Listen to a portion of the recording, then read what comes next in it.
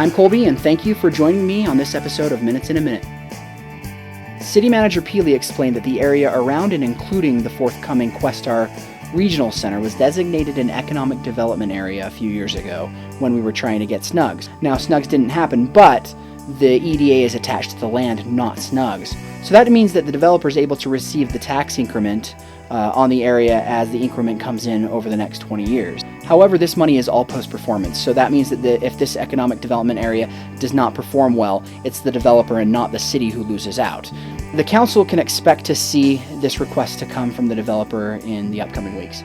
The applicant came back to renew their business license, and as part of the requirements for their conditional use permit, they were required to come before the city council to discuss any issues or complaints that have been levied against them.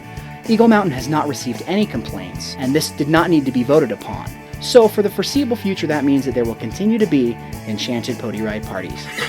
The mayor proclaimed November 9th through the 15th as Type 1 Diabetes Awareness Week in Eagle Mountain City. As part of this, City Hall will be lit up with blue lights.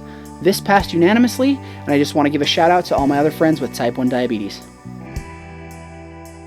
Evan Barrett, Ryan Myers, Christopher Jones, and Jim Rohan were all appointed to the Economic Development Board. 3 of the 4 were able to be in attendance, but Mr. Rohan was not available to be there. This passed unanimously. This item is for the North Area Waterline Extension at a cost of $3.2 million. This will add a booster pump station that will increase capacity without having to add another tank.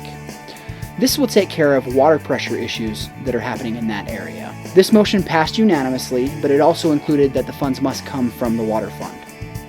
The council went through a list of projects and crossed out items that not 3 of them could agree to keep. The biggest ticket item still on the list is $7.5 million for Quarry Ride Park. Now keep in mind that that number is a cap, and the next city council will have control over the specifics of the project. SAAs are coming off the list, so we're not going to be paying any debt, and the argument there is that the interest rates are so low that it's not beneficial for the city to pay them off. There was also $500,000 added for emergency preparedness items.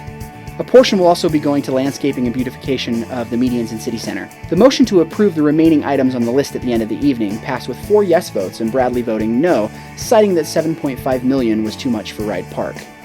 The next step for Ride Park is a request for proposal from a landscaping architectural firm and/or an engineering firm.